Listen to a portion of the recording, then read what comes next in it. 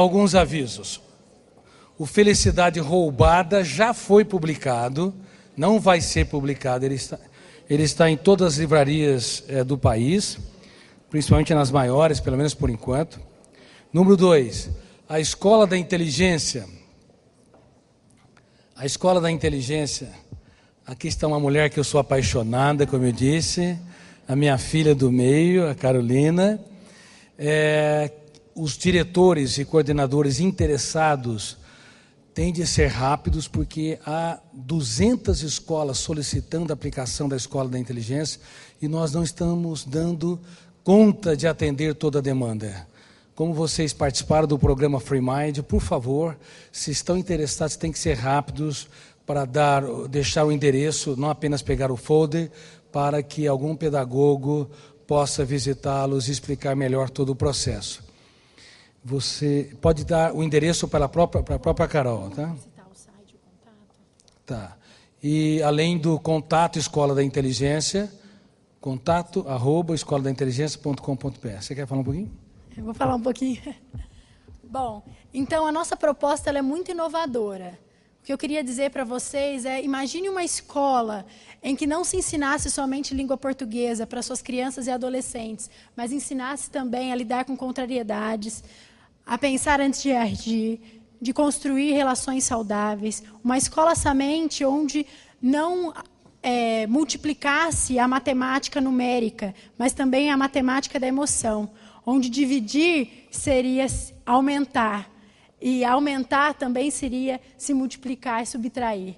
Eu queria dizer para vocês que a nossa proposta ela é inovadora e tem atingido milhares de crianças por todo o Brasil. Hoje nós temos 3 anos de empresa e atualmente estamos com 200 mil alunos no Brasil inteiro. E também eu cuido da parte internacional, onde estamos abrindo a primeira franquia na Alemanha. Também tem vários países interessados, como os Estados Unidos, na Ásia, alguns países na África. Então, essa proposta é uma proposta que não se preocupa somente com as notas escolares, não mede somente a capacidade dos seus alunos pelo quanto eles tiram nas suas notas, mas qual é a habilidade que eles têm de lidar com as suas perdas, com as suas frustrações, com se colocar no lugar do outro, com pensar antes de reagir, entender que de trás de uma pessoa que fere há alguém ferido. Então, eu gostaria de passar para vocês também um pouquinho do nosso contato, que é www.escoladainteligência.com.br. Várias pessoas vieram me perguntar, não consegui dar assessoria para todo mundo. O nosso contato, o nosso e-mail, o qual vocês podem mandar indicações, algumas escolas para que nós possamos visitar, mostrar todo o nosso programa. Nós trabalhamos desde a unidade infantil até o ensino médio. É contato@escoladainteligência.com.br. E o nosso telefone é 016 o código, 3602 9420. 3602 9420. Ok? No final nós vamos fazer um sorteio. Também, nas pesquisas que vocês viram, está escrito Augusto Cury em cima. Várias pessoas já vieram me perguntar sobre os cursos. Nós estamos abrindo agora, no mês de julho, a nossa primeira franquia aqui em São Paulo, no West Plaza, na Barra Funda, o Shopping West Plaza, onde tem cursos desde crianças até adultos, corporativos, e com vários módulos estão se tornando pós-graduação. O telefone também é o mesmo para entrar em contato, que é 16-3602 9420. Como nós ainda não inauguramos, nós vamos pegar o contato de vocês aqui de São Paulo e depois encaminhar para a matriz da franquia. Muito obrigada. Alguma dúvida? Não? Ok, muito obrigada. No final nós vamos fazer o sorteio dos livros. Tem o primeiro livro, o segundo livro lançado esse ano, que chama Pais Inteligentes Formam Sucessores e Não Herdeiros, que tem causado um sucesso na educação, está na lista da Veja, como um dos maiores vendidos. E também tem o Felicidade Roubada, que ele disse que não tinha sido ainda lançado, mas foi lançado e nós vamos sortear um agora. Obrigada. Obrigado, querida. Muito obrigado. Pais inteligentes formam sucessores e não herdeiros. Herdeiros são imediatistas, querem tudo rápido e pronto. Sucessores pensam a médio e longo prazo. Herdeiros não se curvam em agradecimento, reclamam de tudo e de todos, enquanto sucessores têm, na relação com seus pais e com seus mestres, uma poesia afetiva sem precedente, porque sabem que, em especial, muitos dos seus pais aprenderam a adiar os seus sonhos para que eles sonhassem, deixaram de dormir para que eles tivessem um bom sono. Herdeiros vivem na sombra dos seus progenitores, enquanto sucessores constroem o seu legado. Herdeiros usam os atalhos mentais, o mecanismo de recompensa imediato, enquanto sucessores, eles usam o raciocínio complexo. Ao invés de usar os ciúmes, eles usam a capacidade de autoconfiar-se, porque sabe que aquele que não tem autoestima já perdeu a capacidade de honrar a vida como espetáculo único e imperdível. Ciúmes, raiva, pré-julgamentos, ódio, exclusão social, agressividade são atalhos mentais da lei do menor esforço. São experiências construídas dentro do circuito fechado da memória, viciantes, que destrói relações, tranquilidade, prazer de viver, saúde emocional e compromete o desempenho socioprofissional. Os atalhos mentais ou a lei do menor esforço são mecanismos viciantes e viciadores dos herdeiros, enquanto sucessores, eles rompem o cárcere da lei do maior esforço. Eles, como a Carol disse, pensam antes de reagir, são rápidos em se interiorizar e lentos para apontar falhas, porque sabem que para construir relações saudáveis, nós precisamos muito mais do que criticar e constranger. Precisamos encantar e arquivar janelas light solenes para mudar o status quo das pessoas que estão ao nosso redor. Grande parte de nós falha nessa matéria, porque sem perceber, nós atuamos como herdeiros e não como sucessores. E herdeiros não quer dizer herdar dinheiro, bens, ações, empresas. Quer em especial herdar as ferramentas básicas para deixar de ser vítimas e se converter no protagonista da sua própria história. E eu te pergunto, vocês são herdeiros ou são sucessores? Estão formando herdeiros ou sucessores? Portanto, por favor, não usem a lei do menor esforço. Reciclem essa lei. Use a lei do maior esforço, o raciocínio esquemático e complexo. E a Escola da Inteligência tem esse objetivo. E, mais uma vez, reitero, eu renunciei aos direitos autorais para que criança e adolescente do mundo todo tenham a oportunidade de utilizar essas ferramentas. Com muita humildade, é o Brasil exportando conhecimento numa área que mesmo os países mais notáveis, que têm um PISA elevado, como os países nórdicos, não estão trabalhando essas ferramentas, não estão reciclando, expandindo e solidificando essas ferramentas.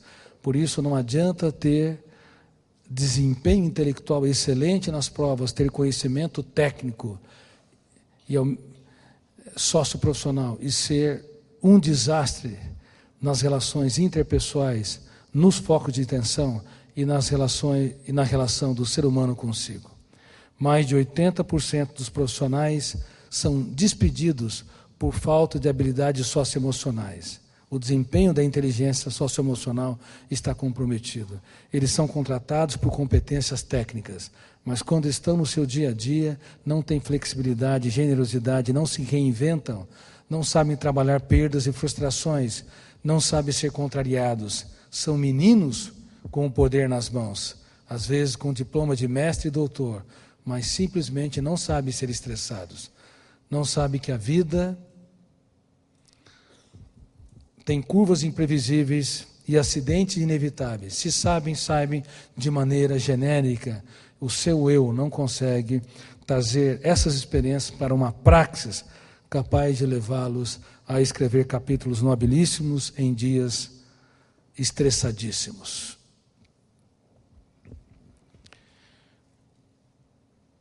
Vou falar de uma outra síndrome, a síndrome do pensamento acelerado, a mais insidiosa de todas as síndromes, a síndrome que adoeceu coletivamente a humanidade. Como nós não estudamos sistematicamente no passado o processo de construção de pensamentos, a natureza dos pensamentos e os tipos de pensamentos, nós não sabíamos que alterar o ritmo do próprio pensamento poderia causar um desastre no cérebro. Pensar é bom, pensar com consciência crítica é ótimo, todos nós sabemos disso.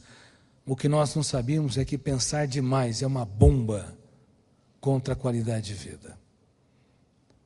É uma bomba contra a solução de conflitos, contra o desempenho intelectual, contra o desempenho de uma mente livre e de formação de relações saudáveis. Toda pessoa que pensa excessivamente vai contrair as funções vitais da inteligência socioemocional.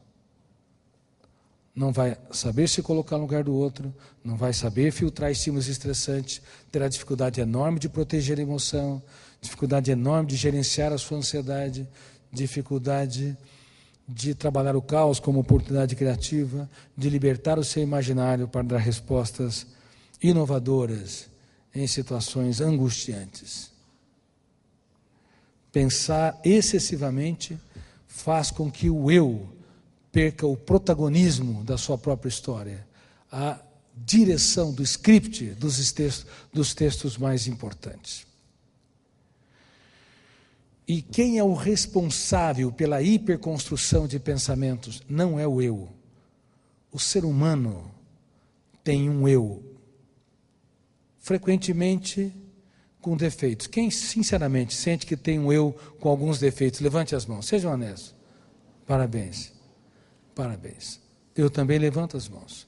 Fico muito feliz que vocês entenderam o programa Free Mind e agora perceberam que muito mais do que depressão, bipolar, distímica ou maior, transtorno obsessivo-compulsivo, transtorno alimentar e transtorno de ansiedade, há transtornos que nós não catalogamos ainda na psiquiatria e que são extremamente graves, desastrosos, e entre eles estão os transtornos ligados aos defeitos do eu. O eu punitivo, o eu autopunitivo, o eu cobrador, o eu autocobrador, o eu hipersensível, o eu que não é simpático, carismático, empático, o eu que tem a necessidade neurótica de mudar os outros, o eu que piora as pessoas quando intervém, o eu que não tem um autodiálogo, que se autoabandona, o eu que não sabe filtrar estímulos estressantes. Esses defeitos graves está comprometendo completamente o futuro da nossa espécie, o futuro das sociedades, os futuros das escolas, o futuro das empresas,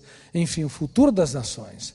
E nós vamos deixar o pior legado para os nossos filhos nas próximas décadas, como eu disse no livro O Colecionador de Lágrimas e Em Busca do Sentido da Vida, onde eu estudo a personalidade de Adolf Hitler e as técnicas de marketing de massa que ele utilizou para se agigantar no inconsciente coletivo da Alemanha, a Alemanha de Kant, de Schopenhauer, de Nietzsche, a Alemanha que tinha a melhor educação clássica, que se sentia inferiorizada pelo Tratado de Versalhes, pela perda da Primeira Guerra, pela inflação alta, pela fragmentação política. Essa Alemanha tão notável, que se sentia diminuída quando veio um psicopata tosco, rude, inculto, dramalhão, teatral, capitaneado por Goebbels, que era um gênio da propaganda. Eles simplesmente conseguiram seduzir essa sociedade notável, que era uma das menos belicosas da Europa. Mas é incrível aonde a Alemanha chegou, aonde o marketing de massa pode chegar quando eu não é autor da própria história, quando eu não dirijo o script, quando ele tem defeitos e é dirigido pelo sistema. Nós todos falamos em liberdade, em capacidade de escolha, em livre-arbítrio, mas o livre-arbítrio está morrendo na atualidade. Ele está doente, frequentemente na UTI do sistema social. As pessoas não sabem escolher. Quando estão no shopping, elas não escolhem.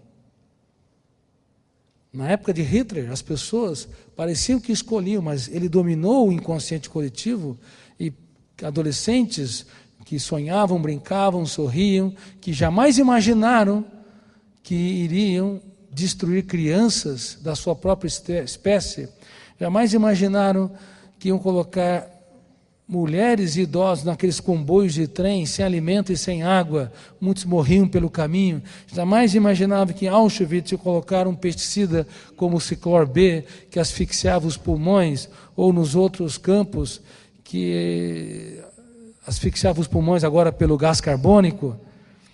Esses jovens jamais imaginaram que cometeriam atrocidades. Mas 3, 4 anos de marketing de massa, o eu deles foi sequestrado, completamente sequestrado. E vamos deixar o pior legado para as próximas gerações. Aquecimento global, fragmentação política, competição predatória. A humanidade precisa dobrar a produção de alimentos em 30 anos, o que não fez em 2000 anos. E nós estamos despreparando essa geração para serem líderes de si mesmos. A escola clássica não está desenvolvendo as funções mais importantes da inteligência socioemocional. Formar técnicos, mestrandos, doutorandos, pós-graduandos, lato sensu, universitários, que não sabem minimamente se colocar no lugar do outro, que não têm consciência crítica, que não dá um choque de gestão na sua impulsividade e irracionalidade, nos seus instintos, é formar pessoas predatórias, que não suportam minimamente ser contrariadas, estressadas. Então, a próxima geração é uma geração que,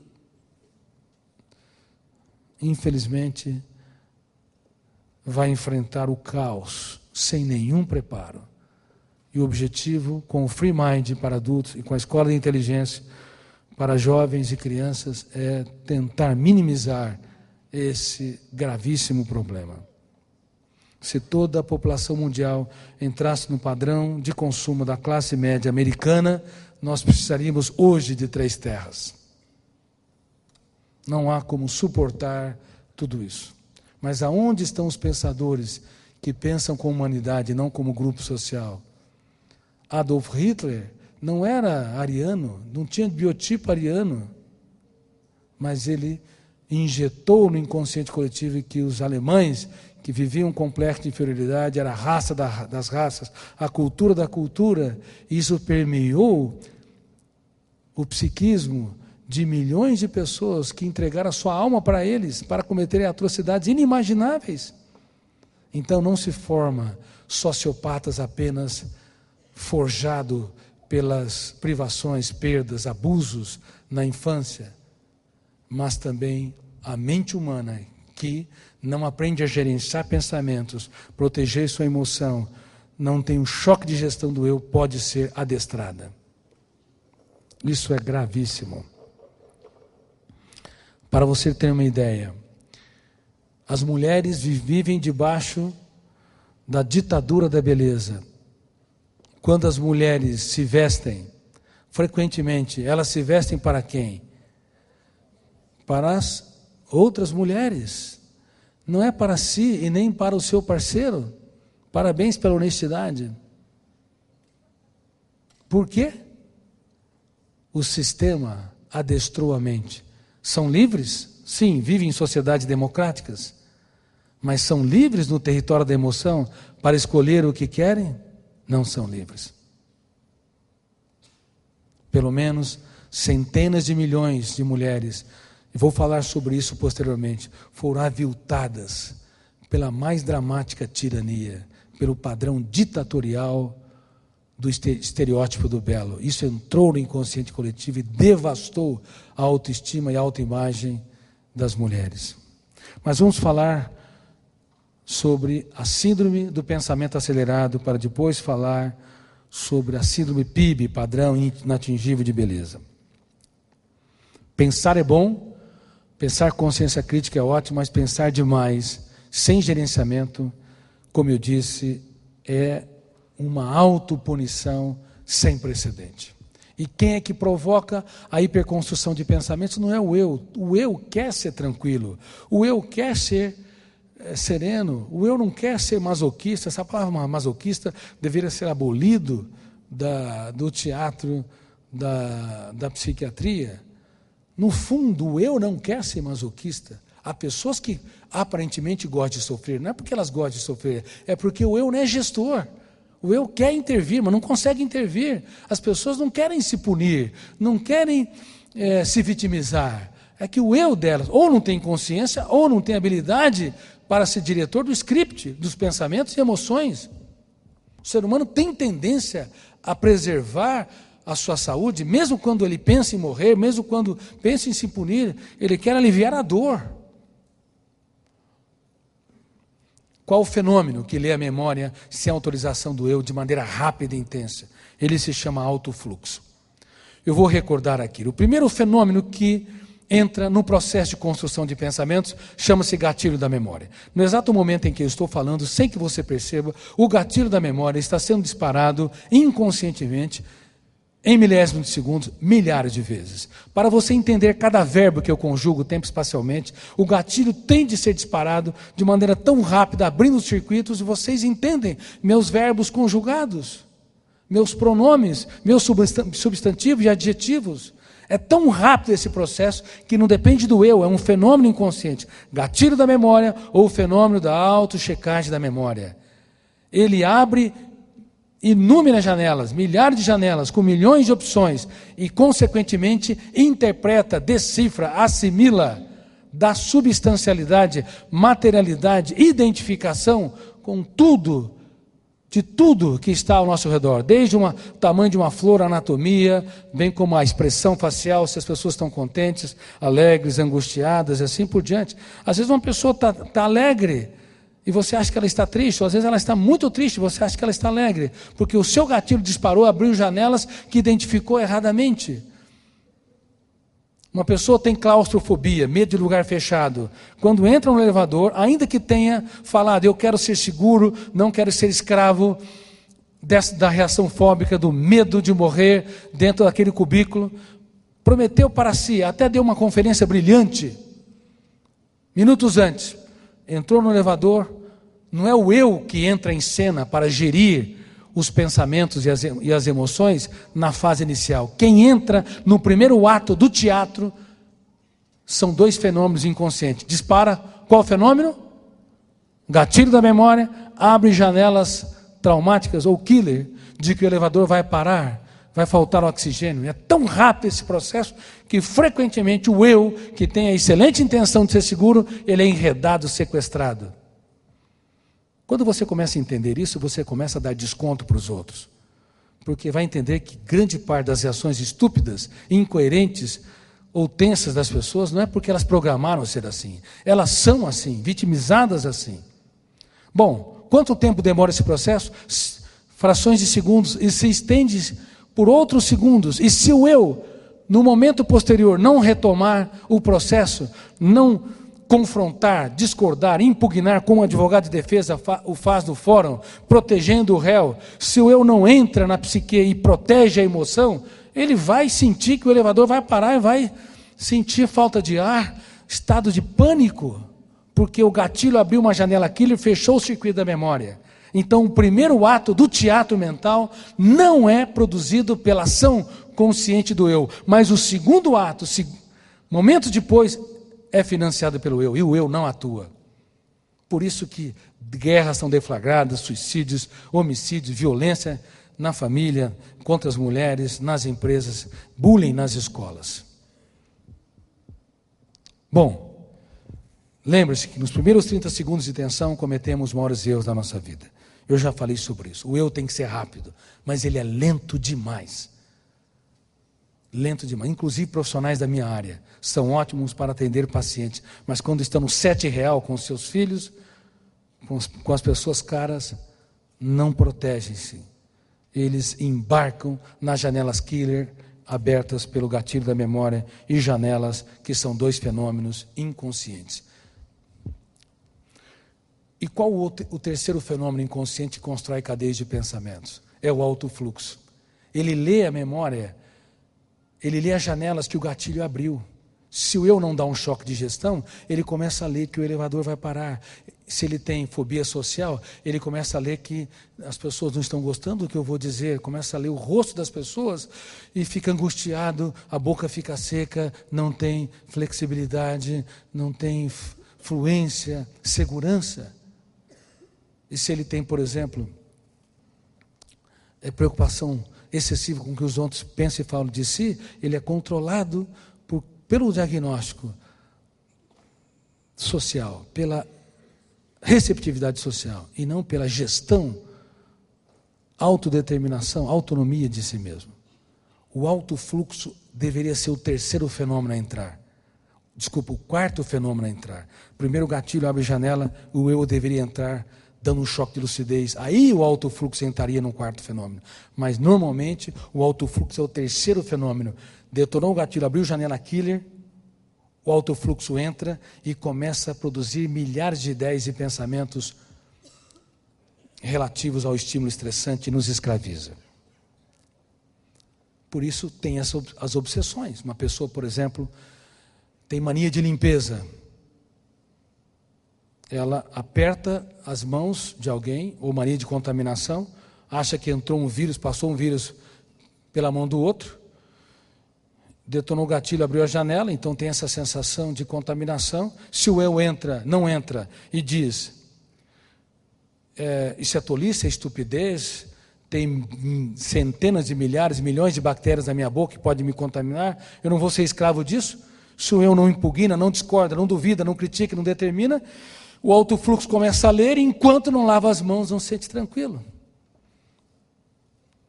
Medo de ladrões. Pessoa todos os dias vai deitar, tem de olhar debaixo da cama para ver se tem um bendito ladrão. Porque deita na cama, detona o gatilho, abre uma janela killer, quem entra no terceiro momento não é o eu, é o alto fluxo, começa a sequestrar o eu, portanto, e ela tem de ver se o ladrão está lá ou não, senão não dorme, e não dorme mesmo. Bom, aí o eu resolve ser herói. Quem manda aqui sou eu. Deita como uma múmia na cama e começa a falar, não tem ladrão, não tem ladrão. Sabe aquelas respostas simplistas? Não é um eu que duvida, critica e determina, é um eu autoajuda. O que eu estou falando tem nada a ver com autoajuda, estou falando de ciência complexa, que são ferramentas que devem ser operacionalizadas ao longo do tempo. Autoajuda não resolve. Motivação superficial não resolve, porque a intencionalidade não muda. Aí está lá o eu, não muda a personalidade. Aí está lá o eu vou ficar tranquilo, vou ficar seguro, não vou ter medo. 2 minutos após, relaxa o corpo, a cama range. Detona o gatilho, abre uma janela, o bendito ladrão está lá agora.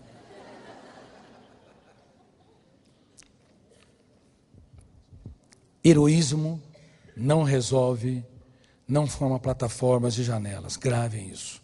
Precisa de uma praxis. O alto fluxo, ele se assenhora do campo de energia psíquica, das janelas abertas. O que é problema é que nessa sociedade, ou na modernidade, o número de informações se multiplicou tanto que uma criança de 7 anos de idade tem mais dados na sua memória do que o imperador romano tinha no auge de Roma. Por isso, no livro Ansiedade, eu abordo que as crianças estão desenvolvendo coletivamente a síndrome do pensamento acelerado. E não esperava que esse livro se tornasse o livro mais lido no país para adultos. Também para jovens. Porque é um livro que fala de um transtorno, ansiedade, como enfrentar o mal do século. Achava que as pessoas teriam dificuldades de enfrentar suas mazelas, mas há um desespero. Todo mundo procurando ferramentas para superar a síndrome do pensamento acelerado, essa síndrome que eu tive o privilégio de descobrir e a infelicidade de saber que grande parte da população mundial é acometida por ela. Não é a depressão que é o mal do século.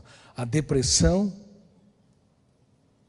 é um transtorno que atinge 20%.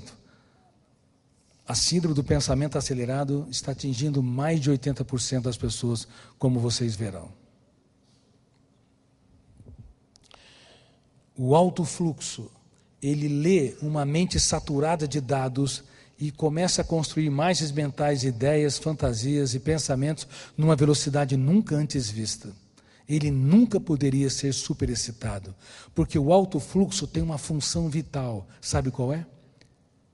Produzir a maior fonte de entretenimento humano. A maior fonte de entretenimento não é o sexo, como muitos pensam. Não é. Inclusive Freud pensava. Não é o esporte, a música, a literatura. Não é a escrita. A maior fonte de entretenimento é ou deveria ser o universo de imagens mentais, ambientes, circunstâncias, personagens criados em nosso imaginário, na esfera da virtualidade, patrocinado pelo alto fluxo, para nos distrair, inspirar, aspirar, motivar, sonhar. Só que essa maior fonte de entretenimento está contaminada pelo excesso de dados. A velocidade da atuação do alto fluxo tem sido tão grande que estressou o cérebro, esgotou o cérebro de maneira nunca antes vista. Duvidam de mim? Eu vou fazer um teste aqui para que vocês nunca mais esqueçam que nós estamos produzindo ciência ao vivo.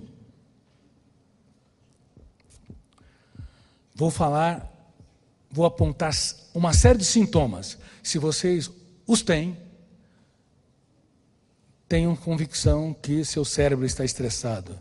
Se tem pelo menos 3 deles, estão com a síndrome do pensamento acelerado. Se tem mais de 5 ou 6, estão com a síndrome do pensamento hiperacelerado. Quem acorda cansado? Levante bem as mãos, sejam honestos. Acorda cansado. Olha, tem pessoas tão cansadas que nem conseguem levantar as mãos direito. Dores de cabeça, levante bem as mãos. Dores musculares. Irritabilidade. Sofrimento por antecipação. Vixe, peguei quase todo mundo. Quem tem dificuldade de lidar com pessoas lentas, levante as mãos. Não é que elas são lentas, é que vocês são rápidos demais.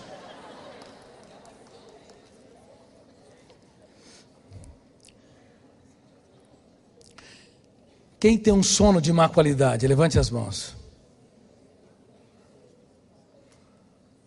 Bom, se me responderem mais uma vez coletivamente, vou encaminhá-los para hibernarem num hospital ou num hotel fazenda. O que preferem? Levante as 2 mãos agora se tem esse sintoma. Quem tem déficit de memória ou esquecimento? Todo mundo. Doutor Elisias, todo mundo. Quem não levantou as mãos é porque esqueceu de levantá-las.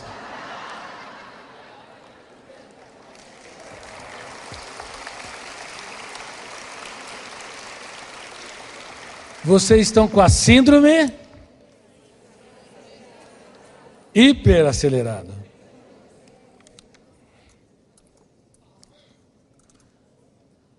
As pessoas que têm a síndrome do pensamento acelerado ou hiper, elas têm vários níveis. No primeiro nível,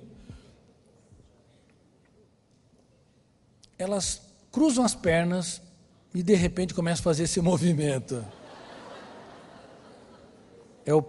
É o bilhete de passagem para outro mundo. Segundo nível, aquelas pessoas que pegam um jornal, um livro e parecem um excelente leitor, mas começa a ler de trás para frente. Peguei vários aqui. Terceiro nível é aquela pessoa que fala: se eu não relaxar, eu vou infartar. Aí alguém convida para uma festa e ela fica tão animada. Vai ser um momento único para fechar o dia com chave de ouro. Pensa na festa o dia inteiro, mente hiperacelerada. Chega em casa, uma roupa não combina, outra roupa não combina e tal, se arruma. Vai para a festa. Quando chega o momento solene de relaxar, 5 minutos depois, dá um ciricutico. Vamos embora. Porque não encontra aquilo que esperava, não corresponde às expectativas, nem às pessoas e ao ambiente. Procura algo que só está dentro dela. Aí tem outros níveis, mas um dos níveis importantes é aquela pessoa que prepara suas férias com o maior carinho, 10 meses antes. Sabe por quê? As últimas férias não funcionaram. Bom, se você é estressado, irritadiço, tenso, se você não consegue ficar diante de uma flor por 10 minutos, se não acorda pela manhã cantarolando, dando bom dia para os filhos, para a esposa, marido, se não consegue aplaudir a vida, ou seja, você é um ser humano normal. Porque o anormal seria se você abraçasse as árvores, conversasse com as flores e elogiasse as pessoas. Você está bonito hoje, obrigado por você existir. Sabe aquelas pessoas, nossa, você está gorda, hein?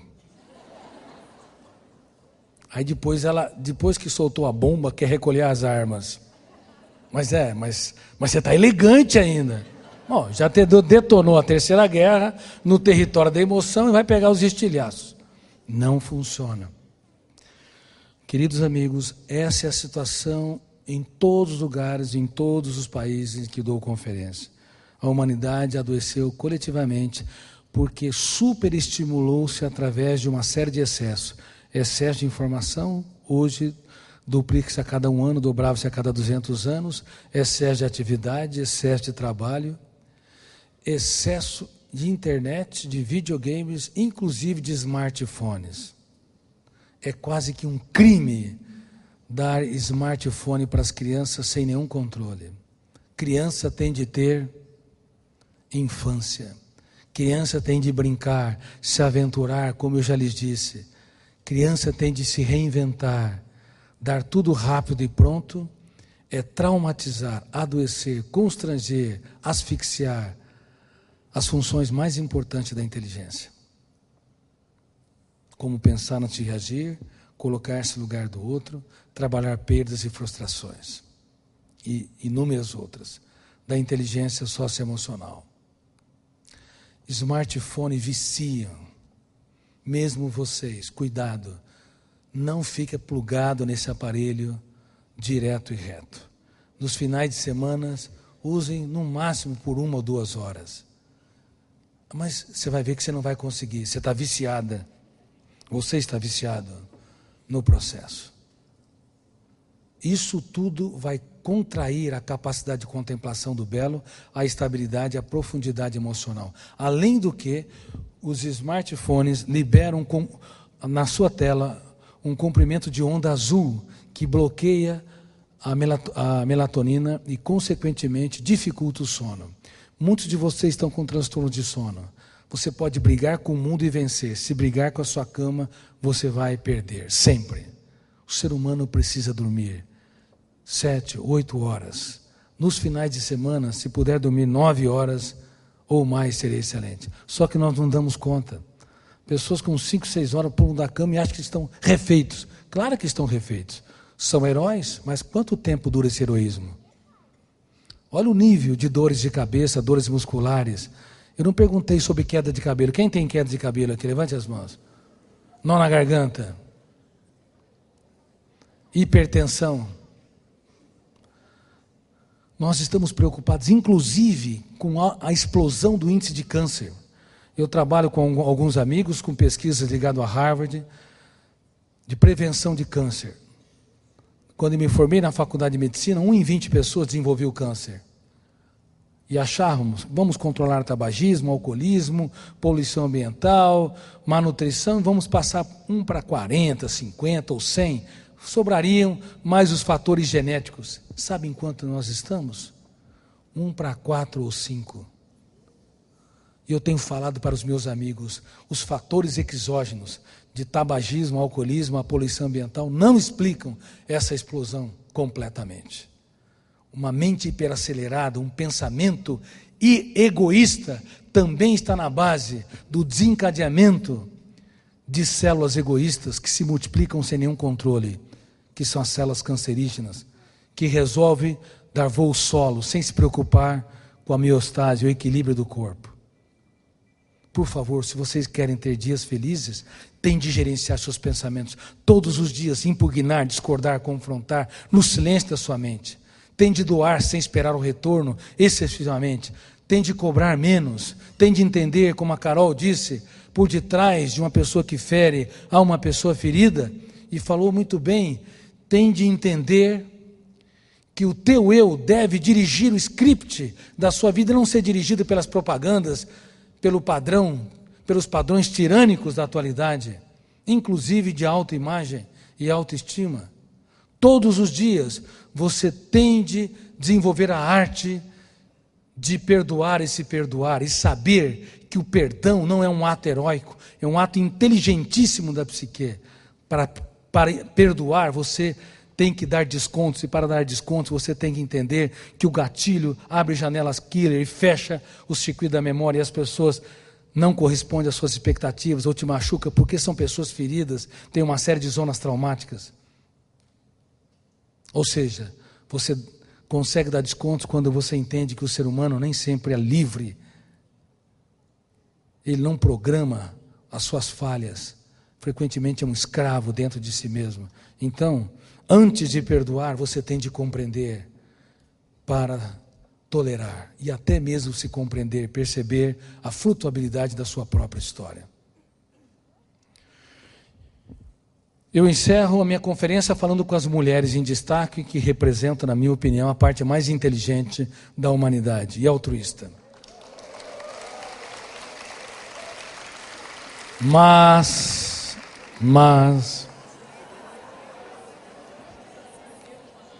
inventaram o cartão de crédito. Brincadeira à parte, mas falando sério, cuidado, vocês têm sido alvo preferencial da indústria do consumo. Porque colocaram-se nas telas da TV, do cinema, das propagandas, dos jornais, das revistas, o estereótipo do belo, a exceção genética como padrão tirânico de beleza. 1 em 1000, 1 em 10.000. Sem saber que havia um fenômeno inconsciente que arquiva tudo sem pedir licença. Como é que ele chama? Fenômeno? Registro automático da memória. Estabelecendo esse padrão sem que você decida por ele. Hollywood discrimina as mulheres?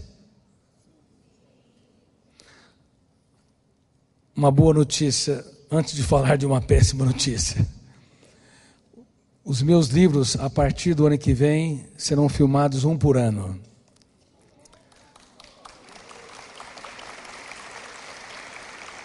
O Vendedor de Sonhos, O Futuro da Humanidade, De Gênio Louco, todo mundo tem um pouco.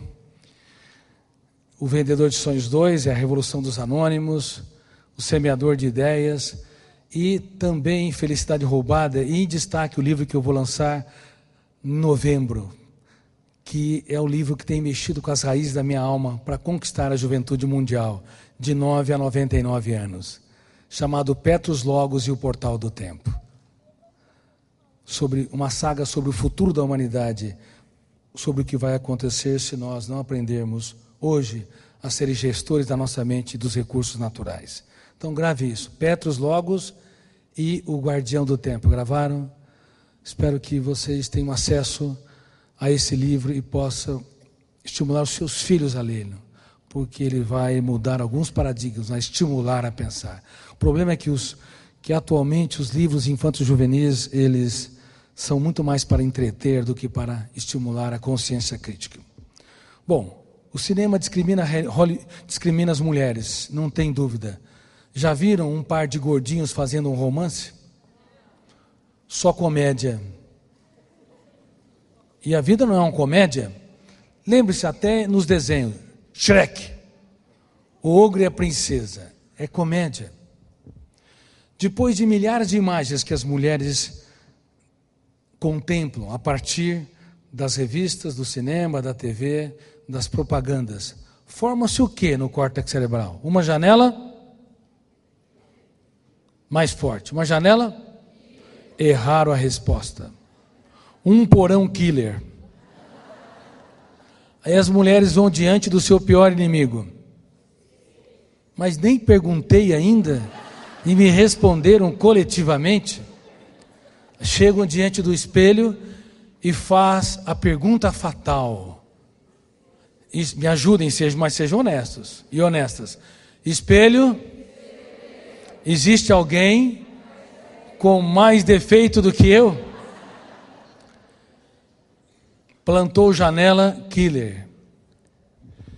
Há cerca de 60 a 70 milhões de pessoas, das quais a maioria são mulheres jovens morrendo de fome com a mesa farta, com anorexia nervosa, um desastre. Outro tanto com bulimia, comer compulsivo e vômitos incoercíveis, incontroláveis.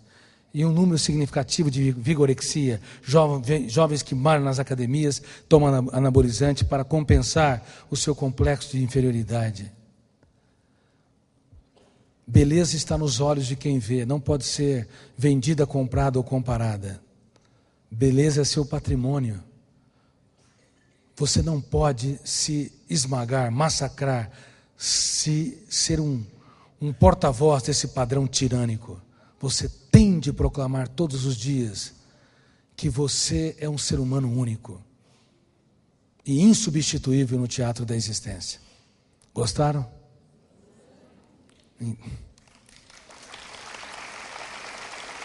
Então olhe para quem está do seu lado e diga: você é uma pessoa linda, maravilhosa.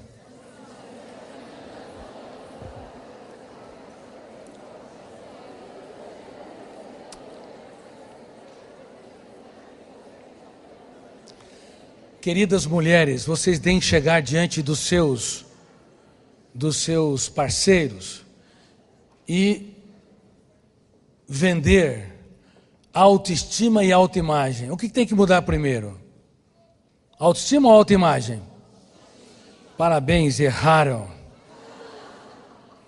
Tem mulheres a vida inteira tentando consertar sua autoestima e vão morrer sem autoestima. Porque a autoestima é a maneira como você se sente. E não é a maneira que você se sente que tem de mudar primeiro. Ela é o veículo da maneira como você se vê, se interpreta. É autoimagem.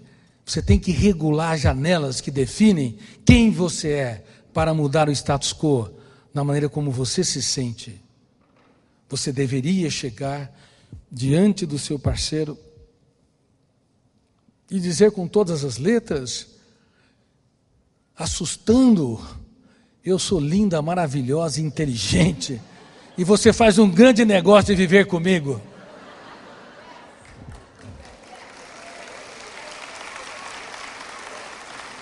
Mas você poderia dizer: Dr. Cury, ele pode se assustar, se espantar. Ótimo, que tem insônia. Esse tipo de insônia é positivo.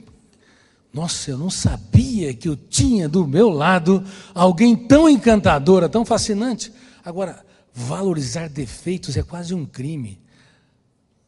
As mulheres chegam diante dos seus maridos, expondo os seus defeitos e plantando janelas killer, destruindo seus romances, porque compram um padrão tirânico de beleza. Matam a suavidade, a serenidade, a afetividade. Beleza está nos olhos de quem vê. Vocês adultos sobreviveram, mas dá uma dor no coração saber que os seus filhos estão sendo esmagados e nós não estamos fazendo quase nada por eles. Vocês devem dizer para eles que o sistema não objetiva produzir pessoas felizes, bem resolvidas, que têm um caso de amor consigo, mas pessoas ansiosas, angustiadas, que têm uma péssima relação, ou pelo menos uma relação ruim consigo, porque uma pessoa insatisfeita e ansiosa consome muito mais. Beleza física e psíquica está nos olhos de quem vê. Todos os dias, por favor, construa o legado emocional para que você possa ser free mind. Então, reitero, convoco-os para serem líderes do free mind, montarem grupos aonde vocês estiverem, seja utilizando o material da AbaPress, seja acessando o site e baixando a quantidade de material que vocês quiserem. Quem aceita esse desafio? Levante as mãos. Puxa, quantos grupos, quantos? Parabéns.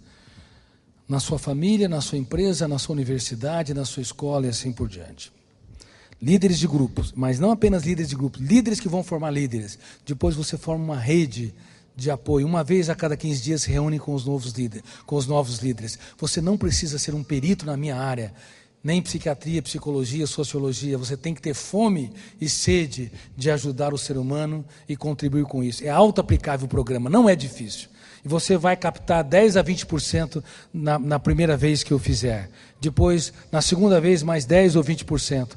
Precisaria de anos para conseguir formatar, incorporar ou assimilar 60% ou 70%. A paciência, tem de haver paciência para aplicar todas as ferramentas. Eu encerro dizendo que eu tenho o prazer de conversar com o ser humano, como eu lhes disse, e de penetrar no mundo do outro. Eu espero que vocês tenham esse mesmo prazer. Há um mundo a ser explorado dentro das pessoas. Quando eu viajo, eu, por exemplo, estou ao lado de uma pessoa num avião, eu quero conhecer o mundo dela, a história dela. É uma oportunidade de ouro de as histórias se cruzarem. Mas, infelizmente, o diálogo está morrendo na sociedade. Não temos o paladar intelectual para abrir o psiquismo dos outros. Lembre-se, toda mente é um cofre. Não há mentes impenetráveis, mas chaves erradas. Estamos perdendo a habilidade de abrir o cofre das pessoas que estão ao nosso redor. Certa vez aconteceu algo, uma história inusitada. Eu quero contar isso para fechar a minha conferência, para que vocês sejam estimulados a essa prática. Sentei do lado de uma pessoa de uns 35 anos e, apesar de ter mais de 40 milhões de eleitores no Brasil, como não dou entrevistas, as pessoas me leem e não me conhecem.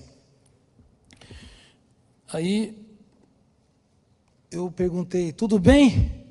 Mas o sujeito não queria conversa. Tudo. A resposta foi seca, não invada esse muro, mas eu me arrisquei. O que você faz? O sujeito olhou do lado, executivo. Mas executivo do quê? Do tráfico de drogas, do setor de alimentos, vestuários. O sujeito achou que eu era um intruso. E para selar a conversa, ele pegou um livro, O Vendedor de Sonhos.